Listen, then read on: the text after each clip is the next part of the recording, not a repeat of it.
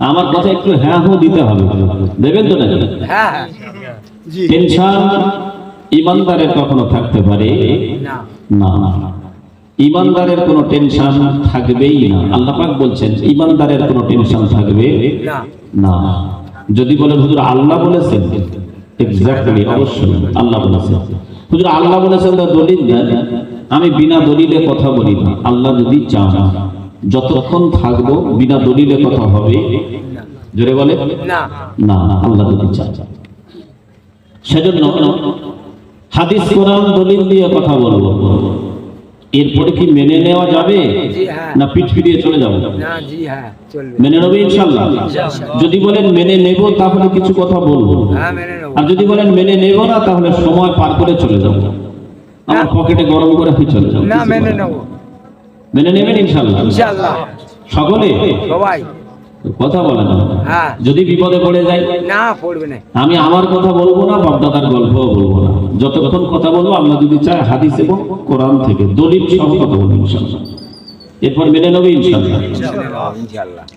ইনশাআল্লাহ মুখতে বেরোচ্ছে না সকল ইনশাআল্লাহ মেনে নেব। আপনি মেনে নেবেন আলহামদুলিল্লাহ বলছেন। যাই হোক, টেনশন যাদের আছে একটু দূর করে দিন। কবি বলছেন কোন একদিন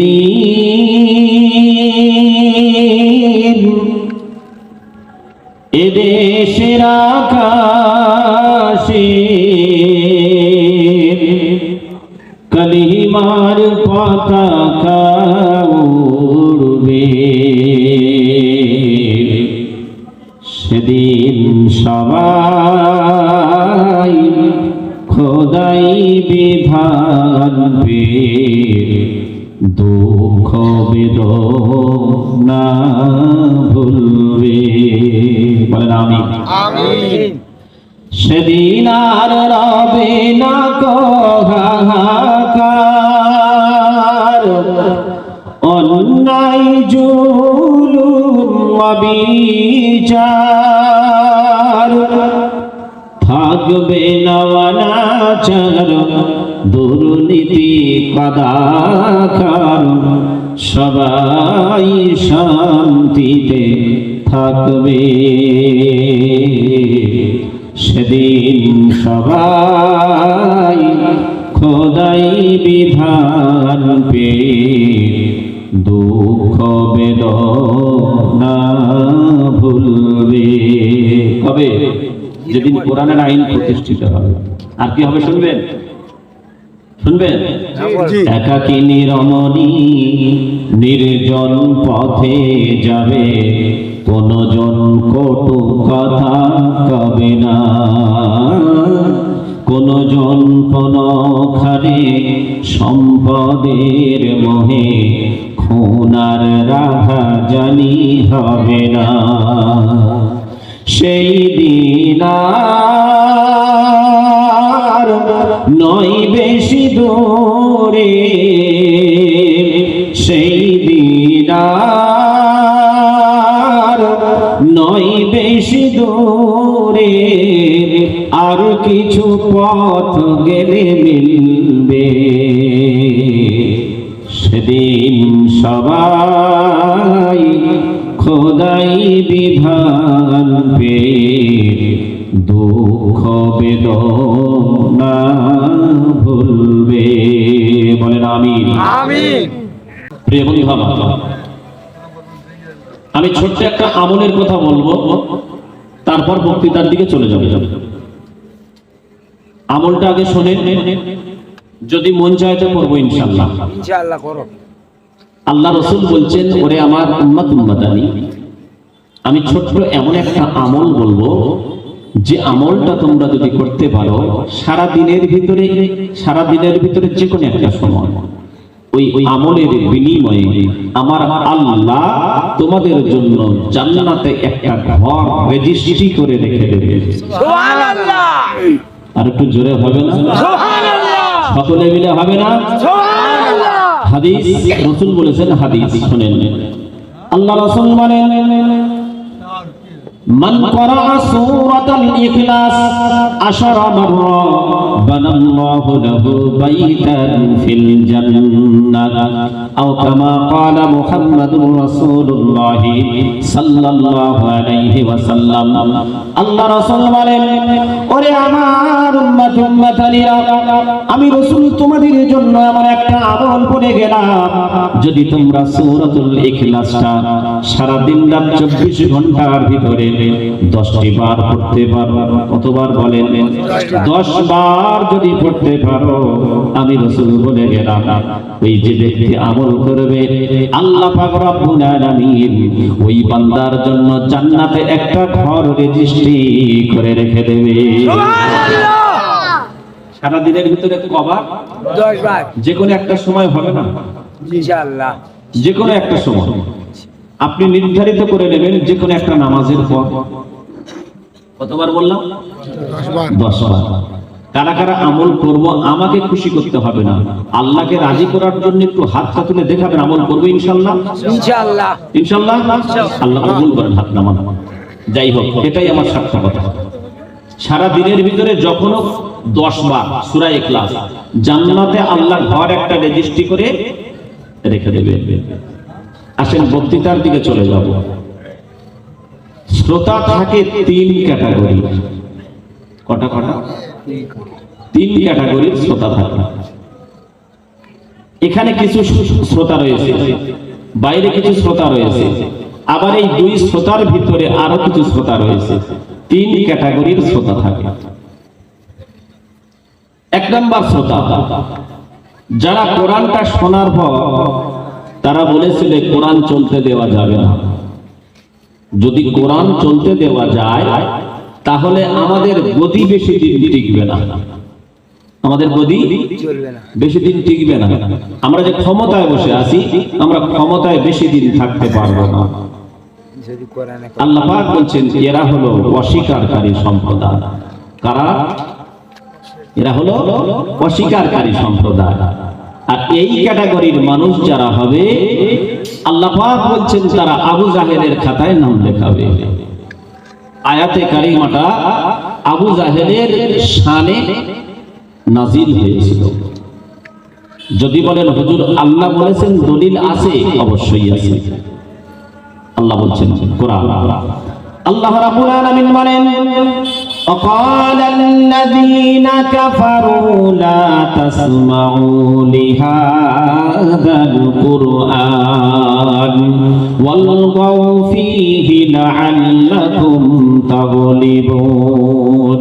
জোরে বলেন আল্লাহু আকবার। আল্লাহু আকবার। কোরআন শরীফের পারা নাম্বার 34, সূরার নাম সূরা হামিম সাজদা, আয়াত নাম্বার 26। 26 নাম্বার আয়াতের ভিতরে আল্লাহ রাব্বুল আলামিন বলেন, ওয়াকালাল্লাযীনা কাফারু লা তাসমাউ লিহাযাল কুরআন। যারা অস্বীকারী সম্প্রদায়, আল্লাহ বলছেন তারা বলেছিল, কোরআনটা শোনার পর তাদের মুখ থেকে বেরিয়ে গিয়েছিল, ওরে তোরা কোরআনের বাণী শ্রবণ করিস না, কারণ ওয়ালগাউ ফীহি, এমন পরিবেশ তোমরা সৃষ্টি করো, লাআল্লাকুম তাগলিবুন, যাতে করে আমরা বিজয় লাভ করতে পারি, আমরা যেন বিজয়ের পতাকাটা উড্ডীন করতে পারি, আমাদের গদিটা বেশি দিন টিকে থাকতে পারে। আল্লাহ বলেন, বান্দা শুনে নাও, আমি আল্লাহ এদেরকে ঘোষণা দিলাম, এরাই হলো অস্বীকারী সম্প্রদায়। এরা কোন সম্প্রদায়? অস্বীকারী। এদের নামটা কোথায় পড়বে? আবু জাহেল। আবু জাহেলের খাতায়।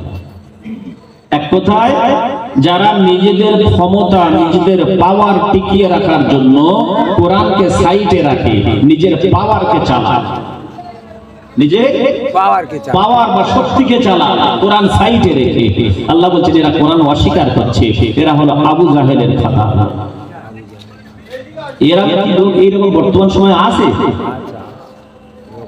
আছে না নাই? আছে। আছে। দ্বিতীয় নম্বরের শ্রোতা বন্ধু আমার, আবার আল্লাহ বলেন, হে আমার হাবিব তুমি শুনে নাও, আমি আল্লাহ ঘোষণা দিলাম হাবিব তুমি শুনে নাও, এমন অনেক আমার বান্দা আছে যারা কোরআনটা শ্রবণ করার পর যেগুলো তাদের সঙ্গে মিলে যাবে তারা আনন্দের সঙ্গে গ্রহণ করে নেবে, আর যেগুলো তাদের সঙ্গে মিলবে না তারা বলবে আল্লাহর কোরআনটা সত্য ঠিকই, আরে ওলামারা যেটা বলছেন অবশ্যই সত্য, কিন্তু যখন তাদের সঙ্গে মিলবে না তারা পিঠ ফিরিয়ে চলে যাবে। হে আমার রাসূল তুমি দুঃখিত হয়ো না, আমি আল্লাহ ওদেরকে বলে দিলাম ওরাই হলো মুনাফিক। ওরা কি? মুনাফিক। তাহলে আমাদের যেগুলো বিপরীতে চলে যাবে আমরা যেন পিঠ ফিরিয়ে চলে না যাই, মেনে নেওয়ার চেষ্টা করবো ইনশাআল্লাহ। ইনশাআল্লাহ। আমার আপনার মতের বিরুদ্ধে কিছু যাচ্ছে শরীয়তে, কোরআনটাকে যেন আমরা পিছনে ফেলে পিঠ ফিরিয়ে চলে না যাই, মেনে নেবো ইনশাআল্লাহ। আল্লাহ পাক বলছেন এরা জানবে আল্লাহর বাণী কোরআন সত্য, কিন্তু ওদের বিপরীতে চলে যাচ্ছে বলে ওরা মানবেই না, এরা মুনাফিক সম্প্রদায়, ওরা পিঠ ফিরিয়ে চলে যাবে। যদি বলেন হুজুর আল্লাহ বলেছেন দলিল দেন, আমি বলবো হুজুর যদি থাকে কোরআনটা খুলে দেখে নেন। আল্লাহ রাব্বুল আলামিন বলেন ওয়া ইযা কিলা লাহুম তাআলাউ ইলা মা আনসালাল্লাহু ওয়া ইলার রাসূল রাআইতাল মুনাফিকিনা ইয়াসুদ্দুনা আনকা সুদুদা। আল্লাহু আকবার। কোরআন শরীফের পারা নাম্বার 5, সূরার নাম সূরাতুন নিসা, আয়াত নাম্বার 61, 61 নম্বর আয়াতের ভিতরে আল্লাহ রাব্বুল আলামিন বলেন ওয়া ইযা কিলা লাহুম তাআলাউ ইলা মা আনজালাল্লাহু ওয়া ইলার রাসূল, হে রাসূল তুমি শুনে নাও, আমি আল্লাহ তোমার উপরে যেটা অবতীর্ণ করেছি, আমি আল্লাহ তোমার উপরে অবতীর্ণ করেছি কোরআন, যখন কোরআনের বাণী তাদের কর্ণ গহ্বরে ফেলা হবে, হে রাসূল শুনে নাও তাদের বিপরীতে যদি চলে যায় তারা পিঠ ফিরিয়ে চলে যাবে। রাআইতাল মুনাফিকিনা রাসূল তুমি তাদেরকে দেখবে ইয়াসুদ্দুনা আনকা সুদুদা, তারা পিঠ ফিরিয়ে চলে যাচ্ছে, আমি আল্লাহ বলে দিলাম এরাই হলো মুনাফিক। এরাই হলো মুনাফিক। এরা কি? এরাই মুনাফিক। মুনাফিক। আমরা যেন ওই কথা না পড়ি। প্রিয় বন্ধুরা আমার, আর 8 নম্বরের শ্রোতা রয়েছে, তিন নম্বর ক্যাটাগরির শ্রোতা। আবার আল্লাহ বলেন হে আমার হাবিব তুমি শুনে নাও, আমি আল্লাহ ঘোষণা দিলাম তাদের কর্ণ গহ্বরে যখন কোরআন ফেলা হবে তখন তারা ঈমানটাকে বৃদ্ধি করবে, ঈমান আস্তে আস্তে বেড়ে যাবে। এরা হলো আবু বকর, এরা হলো উসমান, এরা হলো উমর, এরা হলো আলী রাদিয়াল্লাহু তাআলা আনহু দলের লোক, এরা হলো সাহাবীদের দলের লোক। আল্লাহ বলেন হাবিব তুমি শুনে নাও, যখন তাদের কর্ণ গহ্বরে কোরআনটা ফেলা হবে, আমার নামের জিকির যখন তাদের সামনে আলোচনা করা হবে, আমি আল্লাহ ঘোষণা দিলাম তাদের ঈমানটা আস্তে আস্তে বৃদ্ধি পাবে। যদি বলেন হুজুর আল্লাহ বলেছেন কোথায় আছে বলে দেন, আমি বলবো যাদের ওযু আছে কোরআনটা খুলে দেখে নেন। আল্লাহ রাব্বুল আলামিন বলেন ইন্নামাল মুমিনুনা আল্লাযীনা ইযা যুকিরাল্লাহু ওয়াজিলাত কুলুবুহুম ওয়া ইযা তুলিয়াত আলাইহিম আয়াতুহু যাদাতুহুম ঈমানা ওয়া আলা রাব্বিহিম ইয়াতাওয়াক্কালুন। আল্লাহু আকবার। আল্লাহু আকবার। কোরআন শুনলে একটু আল্লাহর নামে ঝড়ি দিতে হয়। প্রিয় বন্ধু আমার, কোরআন শরীফের পারা নাম্বার 9, সূরার নাম সূরা আনফাল, আয়াত নাম্বার 2 নম্বর আয়াতের ভিতরে আল্লাহ রাব্বুল আলামিন বলেন ইন্নামাল মুমিনুনা আল্লাযীনা ইযা যুকিরাল্লাহু ওয়াজিলাত কুলুবুহুম ওয়া ইযা তুলিয়াত আলাইহিম আয়াতুহু যাদাতুহুম ঈমানা। আমি আল্লাহ ঘোষণা দিলাম নিশ্চয় করে আমি আল্লাহ আমার নামের জিকির যখন তাদের সামনে ফেরা হবে, আমি আল্লাহ আমার কোরআন দিয়ে যখন তাদের সামনে আলোচনা করা হবে, আমি আল্লাহ ঘোষণা দিলাম তাদের অন্তরের গোস্তটা কেঁপে কেঁপে উঠবে। অন্তরের গোস্তটা বেঁকে যাবে। কেঁপে কেঁপে উঠবে। প্রিয় বন্ধু আমার, ওয়াজিলাত শব্দের তিনটে ব্যাখ্যা করা হয়েছে। কটা ব্যাখ্যা? তিনটি ব্যাখ্যা করা হয়েছে। বলা হয়েছে ইমানদারেরও তিনটে ক্যাটাগরি রয়েছে। আমি আল্লাহ আমার নামের জপ জিকির, আমি আল্লাহ আমার কুরআনের আয়াত যখন তাদের গন্ধবহ করে পড়বে, ওয়াজিলাত শব্দের তিনটে ব্যাখ্যার প্রথম নাম্বার হলো তাদের এই কল্পটা আস্তে আস্তে কেঁপে কেঁপে কেঁপে কেঁপে উঠবে। আল্লাহ পাক বলেন, হাবিব তুমি ব্যাখ্যা করে দাও। আল্লাহ রাসূল ব্যাখ্যা করে শোনালেন সাহাবীদেরকে।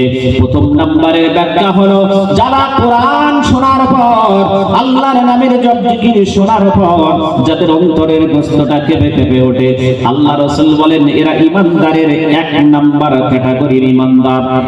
প্রিয় বন্ধু আমার, তারপর বলা হয়েছে ইয়া রাসূলুল্লাহ যদি অন্তরের গোস্তটা কেঁপে কেঁপে না ওঠে, আল্লাহ রাসূল বলেন যদি তাও না হয়, আল্লাহর নামের জপ জিকির যখন শুনবে, কোরআনের বাণী যখন তাদের কানে এসে পড়বে, কমসে কম তাদের গায়ের পশমগুলো খাড়া হয়ে যাবে, দাঁড়িয়ে যাবে। ইয়া রাসূলুল্লাহ যদি তাও না হয়, আল্লাহ রাসূল বলেন শুনে নেন, আল্লাহ রাসূল বলেন শুনে নেন, যদি তাও না হয়, তাদের অন্তরের বস্তুটাকে ভেঙে দিয়ে ওঠে না, তাদের গায়ের পশমগুলো দাঁড়িয়ে যায় না, আল্লাহ রাসূল বলেন যদি তাও না হয়, তিন নাম্বার হলো কোরআন শোনার পরে কমসে কম তাদের অন্তরে শান্তি আসবে, কমসে কম কোরআন শুনতে তাদের ভালো লাগবে। আল্লাহ রাসূল বলেন এরাও শেষ ক্যাটাগরির ঈমানদার। সুবহানাল্লাহ। এরাও সুবহানাল্লাহ। ঈমানদার। তাহলে ঈমানদারের তিনটে ক্যাটাগরি আছে। কটা? তিনটে ক্যাটাগরি আছে। প্রথম নাম্বার যারা হাই ফাই, যাদের ঈমানটা বৃদ্ধি পাবে, বলছে তাদের অন্তরের বস্তুটা কেঁপে কেঁপে উঠবে। তাও যদি না হয় অন্তত গায়ের পশম খাড়া দিয়ে উঠবে। তাও যদি না হয় বলছে কোরআনটা অন্তত শুনতে ভালো লাগবে। আল্লাহ রাসূল বলছেন এরা নিম্ন স্তরের। আল্লাহ রাসূল শেষ যেটা ব্যাখ্যা করলেন তার সারমর্ম হলো এটাই, ওরে আমার উম্মত উম্মতানিরা, আমি রাসূল ঘোষণা করে গেলাম যদি তাদের অন্তরের গোস্তটা কেঁপে কেঁপে না ওঠে, যদি তাদের গায়ের পশমগুলো দাঁড়িয়ে যদি না যায়, যদি কোরআন শোনার পর একদম তাদের ভালো নাও লাগে, আমি রাসূল বলে গেলাম তারা ঈমানদার নয়, ঈমানদার নয়, তারা হলো ঈমানদারের বিপরীতে। ঈমানদারের বিপরীতে কি? তাহলে অন্তত কোরআন শুনে আমাদের ভালো লাগে তো নাকি? অনেক আল্লাহর বান্দা আছে ইনশাআল্লাহ ভালো লাগে, এদের ভালো লাগে না। এখানে যারা এরা নয়, বাইরে আর ভালো লাগবে কি করে? আচ্ছা বলেন তো, দুদিকে ধান ক্ষেত, ধান পেকে গিয়েছে, ধান পেকে গিয়েছে, দুদিকে ধান পেকে গিয়েছে, মাছ থেকে রাখাল একটা গরু নিয়ে যাচ্ছে, পিছন থেকে রাখাল বলছে এ গরু ধান খাস না, ধান খাস না। গরু ধান খাবে না বন্ধ দেবে? খাবে। সকলে বলছেন খাবে। আচ্ছা গরুকে ধান খাওয়া থেকে রুখতে গেলে মুখে কি লাগাতে হবে? তাই না? তাহলে মুখে জাল লাগালে আর গরুর পিছনে রাখালকে বলতে হবে না এ গরু খাস না, ধান খাস না, ধান খাস না, বলতে হবে না, অটোমেটিক খাওয়া থেকে দূরে থাকবে। প্রিয় বন্ধু আমার, তা আমরাও ঠিক তত ওই রাখালের মতো মুখটা খালি আর পিছন দিক থেকে গরুকে বলছি এ গরু খাস না, গরু খাস না, খা। বুঝতে পারছেন? ঠিক। আচ্ছা মধু যেখানে, মৌমাছি সেখানে থাকবে না, অন্য জায়গায় থাকবে? মুসলমান কোরআনের অনুষ্ঠানকে কেন্দ্র করে মেলা দিয়েছে জেনার পরিবেশ। এইখান থেকে যদি ওদের ডাকা হয় যারা এদিক ওদিক রাস্তায় দোকানে ঘোরাফেরা করছো তোমরা চলে এসো, তো ওরা কি মধু ছেড়ে আসবে? আসবে না। ওই রাখালের মতো নয়, দুদিকে ধান খেত আর রাখাল গরুর মুখে কিছু না লাগিয়ে বলছে গরু খাস না, খাস না। আমাদের কাজ কারবার সেরকম হয়ে গিয়েছে, জেনার পরিবেশ তৈরি করেছি।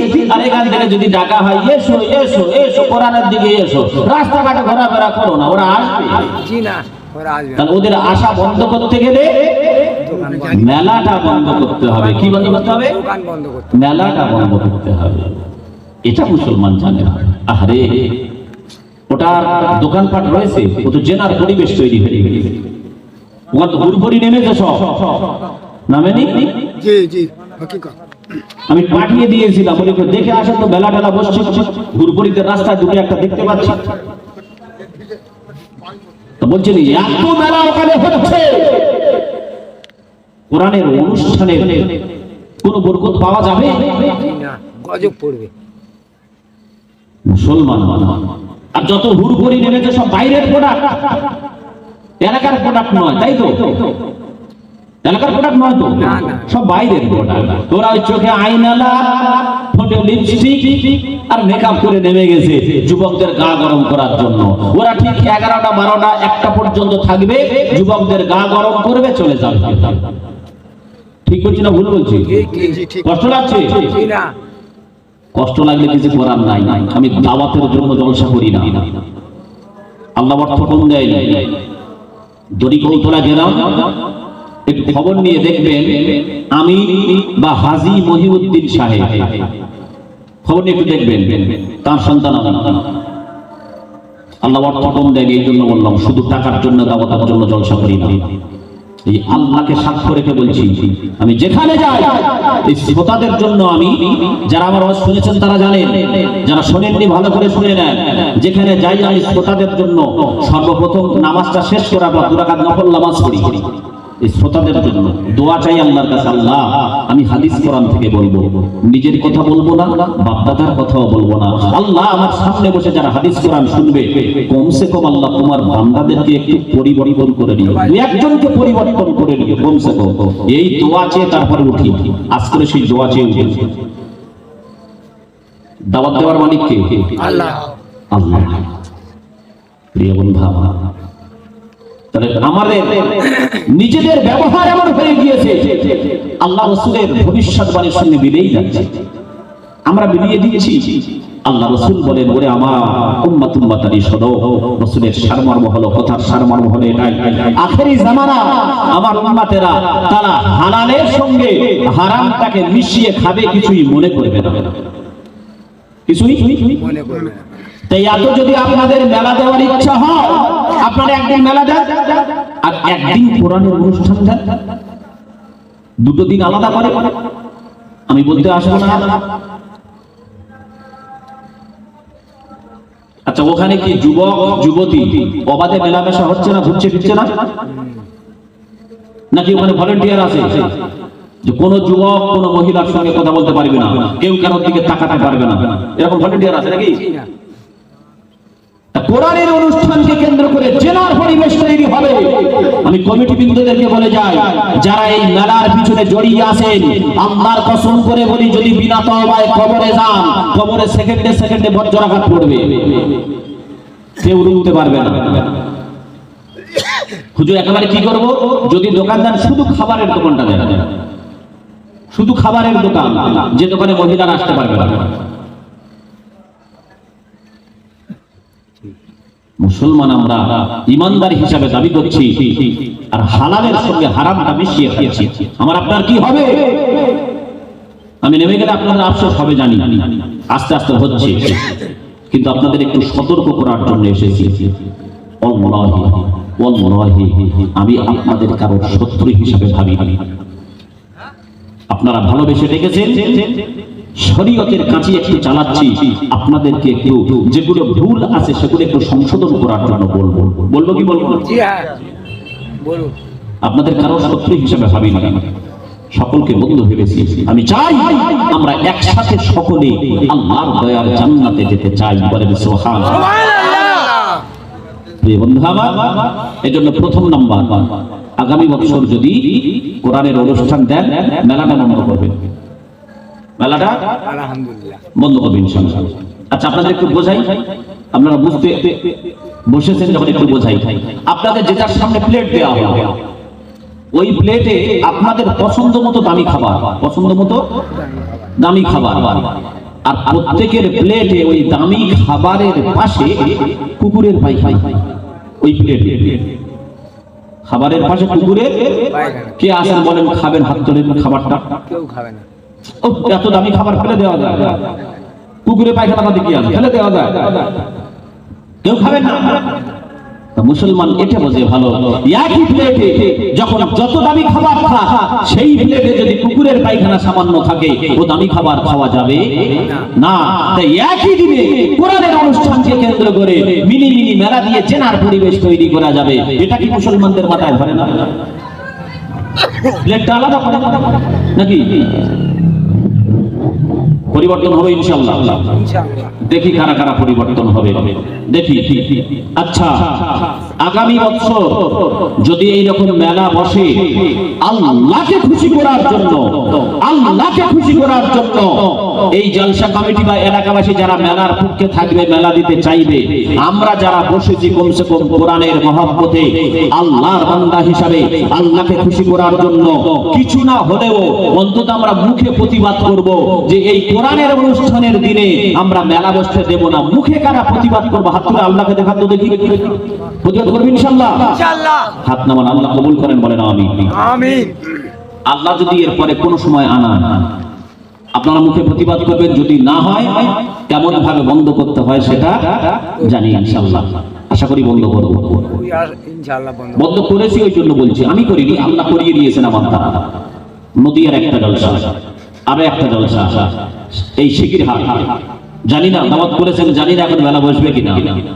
আমার এই বন্ধু বান্ধব মেয়ে গিয়েছিলেন, জিজ্ঞাসা করে নাগরদোলা বসেছিল, আমি তাদেরকে এমন দোষ দিলাম, আবার দাওয়াত করেছেন। আমি বললাম মেলার খবর কি?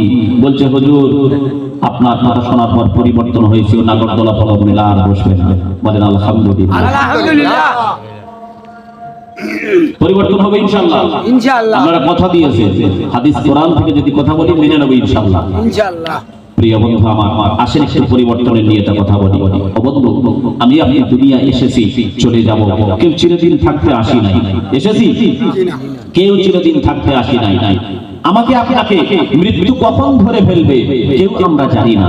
আমরা যদি মৃত্যু থেকে পলায়ন করার চেষ্টা করি, আমার আল্লাহ বলছেন বান্দা মৃত্যু তোমাদেরকে অবশ্যই আচমকা ধরে ফেলবে, তোমরা টের পাবে না। কে বলছেন? আল্লাহ। আল্লাহ। যদি বলেন দলিল, হোয়াট ইজ দ্য ডকুমেন্ট, আমি বলবো the document is the holy কোরআন।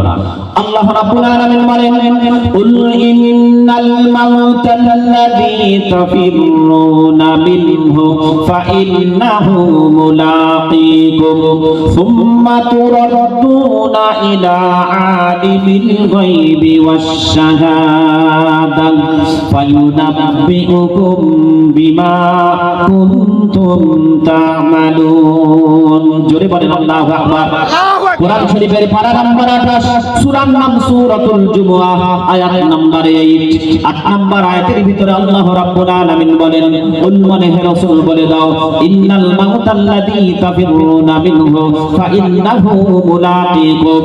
হে রাসূল তুমি বলে দাও তোমার গুনাহগার উম্মতানিদেরকে সতর্ক করে দাও, আমি আল্লাহ ঘোষণা দিলাম, আমি আল্লাহ ঘোষণা দিলাম ইন্নাল মাউতাল্লাযী তাফিরুনা মিনহু, অবশ্যই করে তোমরা যারা মৃত্যু থেকে পলায়ন করার চেষ্টা করছো, তাফিরুনা মিনহু মানে মৃত্যু থেকে পলায়ন করার চেষ্টা করছো, ফাইন্নাহু মুলাকিকুম, অবশ্যই করে মৃত্যু তোমাদেরকে আচমকা ধরে ফেলবে। মৃত্যু ধরে ফেলবে, আমরা বুঝতে পারবো না কার মরণ কখন আসবে, কেউ জানি? আমার মরণ আসিবে কখন কেউ তো জানি না, ঠিক না? বলবো না, তাহলে কখন কার মরণ আসবে কেউ আমরা জানি না। এই জন্য মৃত্যুর জন্য প্রস্তুতি নেব ইনশাআল্লাহ। মৃত্যুর জন্য প্রস্তুতি নিতে গেলে আমার আল্লাহ বলছেন বান্দা তোমরা হাবিবকে ফলো করো, আমার রাসূলকে তোমরা ফলো করো। আমার রাসূলকে ফলো যদি করতে পেরেছো, আমি আল্লাহ তোমাদের গুনাহগুলিকে maaf করে দেব, তোমাদের জন্য জান্নাত রেডি করে রাখবো। বলেন সুবহানাল্লাহ। কে বলেছেন? কে? আল্লাহ। দলিল কোরআন। আল্লাহ বলেছেন মানে দলিল। আল্লাহ রাব্বুল আলামিন বলেন কুল ইন্নাল আল্লাহ রাব্বুল আলামিন বলেন কুল ইন কুনতুম তুহিব্বুনাল্লাহা ফাত্তাবিউনি ইউহিব্বুকুমুল্লাহ ওয়া ইয়াগফির লাকুম যুনুবাকুম ওয়াল্লাহু গফুরুর রহিম। আল্লাহু আকবার।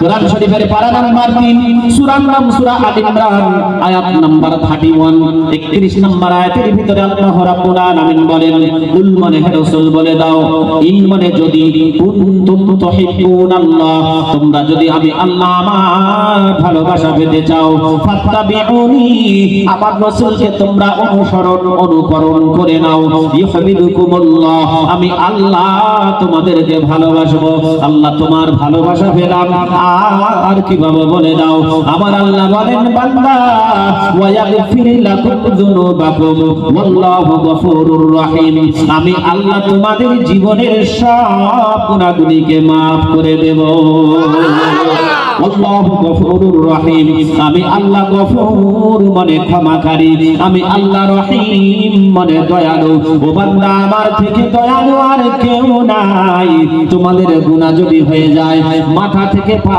পর্যন্ত আপাদ মস্তক তোমাদের গুনাহ যদি ভরপুর হয়ে যায় আমি আল্লাহ বলে দিলাম আমি এমন দয়ালু তোমাদের এই কপালটাকে যখন আমার কুদরতি কদমে একবার ঠেকিয়ে দেবে তোমাদের কপালটা কুদরতি কদমে আল্লাহর কুদরতি কদমে ঠেকানোর আগে আগে আমার আল্লাহ বলেন বান্দা তোমাদের জীবনের সব সগীরা গুনাহগুলিকে maaf করে দেব